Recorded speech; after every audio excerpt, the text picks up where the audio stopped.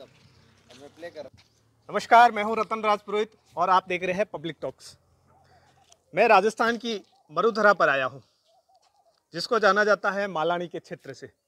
राजस्थान का वो लोकसभा क्षेत्र जहां पर देश के प्रधानमंत्री को भी इस बार चुनाव प्रचार के लिए आना पड़ा। देश के अंदर लोकसभा चुनाव का सबसे हॉट सीट माने जाने वाली बाड़मेर, जैसलमेर और बालोतरा लोकसभा सीट के ऊपर चुनाव होने जा रहे हैं 26 अप्रैल को।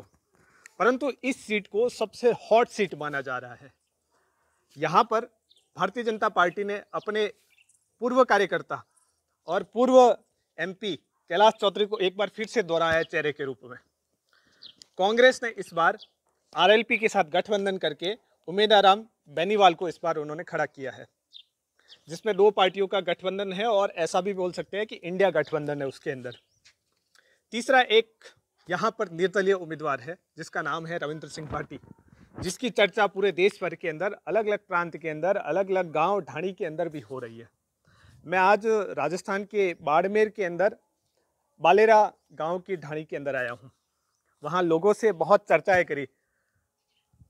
तो यहाँ पर अभी मेरे साथ दो महानुभाव साथ में है, उनसे भी चर्चा करेंगे कि राजस्थान के अंदर रविंद्र सिंह भाटी का जो माहौल बना हुआ है लोकसभा के लेकर के, तो यहाँ मैं लोगों से ये जानूंगा कि आखिर यहाँ पर इस धरती पर इस समय माहौल क्या है। सर, आपका नाम? मेरा नाम देवी सिंह राजपुरोहित है जी। मैं यहाँ बाड़मेर बांद्रा से हूँ।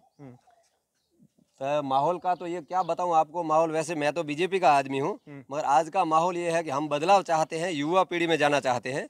इसलिए हमारा इरादा एक ही है कि हम रविंद्र भाटी को वोट देके विजय बनाएंगे। कारण के कैलाश जी ने आगे हमारा कुछ विकास जैसा कुछ नाम निशान किया नहीं, इसलिए हमारा इरादा तो एक ही है, रविंद्र भाटी। तो क्या रविंद्र भाटी, यदि माना कि वो रविंद्र भाटी यदि जीत करके आता है, परंतु केंद्र के अंदर तो भारतीय जनता पार्टी की सरकार है, केंद्र के अंदर तो भले क्या ना वो सरकार काम कुछ आपका हो जाएगा? हाँ बिल्कुल होगा, 100% होगा। कुछ हम बदलाव चाहते हैं, जो होगा सो हम कैलाश बदलाव चौधरी ने चाहते ऐसा हैं। क्या काम नहीं किया जिसको लेकर के आपको ऐसा मनसा है कि हम इस ये बार नहीं हम... बोलते हैं कि उन्होंने कुछ खराब किया, खराब नहीं किया था, अच्छा भी तो कुछ नहीं किया। जी। बस ये हम चाहते हैं, हम बदलाव चाहते हैं, बदलाव की तौर जाना चाहते हैं। युवा पीढ़ी है, वो युवा लड़का है, 26 साल का लड़का है, कुछ करके दिखाएगा, हमारे को विश्वास है। तो आपको ऐसा नहीं लगता कि कई बार रविंद्र सिंह भाटी को 5 साल अपने इसी विधानसभा क्षेत्र के अंदर देने के बाद में उस समय हो सकता था कि भारतीय जनता पार्टी के साथ मिल करके फिर अच्छा काम कर सकता था? नहीं, ऐसा क्यों? अभी भी वो चाहता है कि मैं अभी पहले बन के दिल्ली तक पहुंचूं, उसका इरादे है और हम उसको पहुंचाएंगे दिल्ली तक। अच्छा। हाँ। तो यहाँ पर रिफाइनरी को लेकर के किस प्रकार का डेवलपमेंट है? जैसा देश के अंदर बताया जाता है, फिर यहाँ पर मंगला टर्मिनल भी है, कैन इंडिया भी है, तो उसको लेकर के क्या भारतीय जनता पार्टी ने कोई ऐसे काम नहीं किए जिससे यहाँ पर लोगों के अवसर रोजगार में बदले? जैसे चाहिए वैसे नहीं किए, इसलिए तो हम बदलाव लेना चाहते हैं। अच्छा। हाँ। यहाँ पर लोगों का एकदम क्लियर स्पष्टीकरण है कि इस बार वो बदलाव चाहते हैं। बस बदलाव का कारण एक ही है कि भारतीय जनता पार्टी के पूर्व एमपी कैलाश चौधरी ने काम तो बता रहे कि किया है, परंतु अपेक्षा के अनुरूप नहीं किया है, इसलिए यहाँ पर लोग बदलाव चाहते हैं। मेरे साथ और एक शख्स जुड़े हैं, उनसे ही बात करते हैं। सर, आप क्यों बदलाव चाहते हो? क्या है आपके मन की? देखो, रविंद्र सिंह युवा है, युवा की दिलों की धड़कन है और भविष्य में युवाओं के लिए बहुत अच्छा निर्णय लेंगे। और वैसे अभी इसका क्रेज भी बहुत अच्छा है और जीत भी फाइनल है। और वैसे कैलाश जी तो अभी मंत्री रहते, ये 5 साल तक अच्छा काम करते तो इनको प्रसार करने की जरूरत नहीं थी, क्योंकि अब केंद्र में मंत्री थे और यहाँ से बड़ी विधानसभा सीट है और 3 लाख वोटों से जीते थे, तो उनका बहुत अच्छा था। लेकिन उन्होंने जीरो कर दिया है। एक तो जनता के बीच में नहीं आए और दूसरा काम भी ऐसा कुछ खास गिनाने लायक ऐसा कुछ बीजेपी के लिए उन्होंने काम नहीं किया। तो अभी देखा जा रहा है कि यहाँ पर एक और मोर्चा है, इंडिया गठबंधन, और कांग्रेस और आरएलपी ने गठबंधन करके यहाँ पर उमेदराम जो कि बेनीवाल जाट समाज से आते हैं, कैलाश चौधरी भी जाट समाज से आते हैं, तो आपको ऐसा नहीं लगता है कि वो वोट बैंक खिसक करके कई कैलाश चौधरी का जो वोट बैंक है वो बेनीवाल के पक्ष में जाए? एक्चुअली वो गठबंधन नागौर में हुआ है, यहाँ से कोई आरएलपी का गठबंधन नहीं था। उमेदराम जी ये अपना हनुमान जी को छोड़ के हरि जी के साथ में चले गए कांग्रेस में, लेकिन उस हिसाब से आरएलपी खुद ही नाराज है इनसे। आरएलपी के जो कार्यकर्ता थे वो हनुमान जी खुद भी नाराज है कि ये मेरे को छोड़ के मेरी पार्टी को धोखा दिया है, अब ये कांग्रेस का क्या भला करेंगे, वो खुद ही नाराज है एक्चुअली। और वैसे इनका मूल है जाट और मुस्लिम है, मुस्लिम वोट भी अच्छे मिल रहे हैं रविंद्र को, जबरदस्त।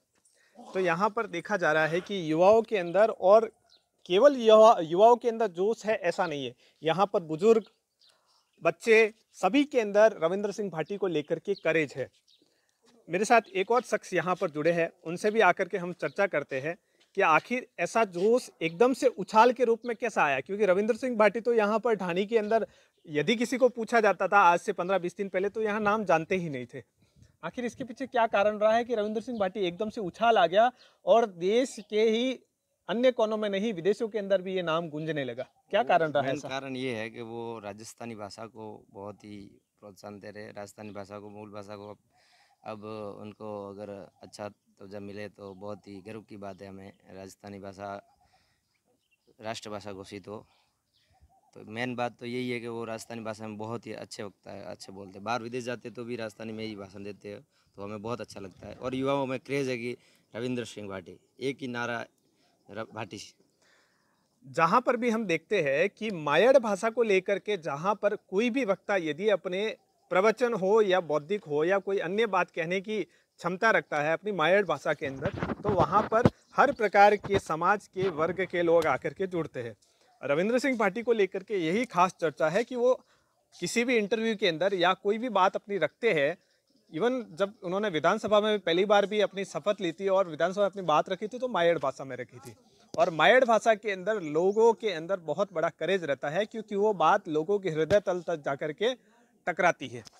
तो इस प्रकार की मायड़ भाषा को लेकर के उन्होंने जिस प्रकार की जन जागृति इस समाज के अंदर लाई, उसको लेकर के बहुत बड़ा करेज है। तो इस समय देखने लायक है, 26 तारीख को चुनाव होने वाले हैं, देखते हैं क्या होने वाला है। शेष तो परिणाम ही बताएंगे। तब तक के लिए नमस्कार, शेष भविष्य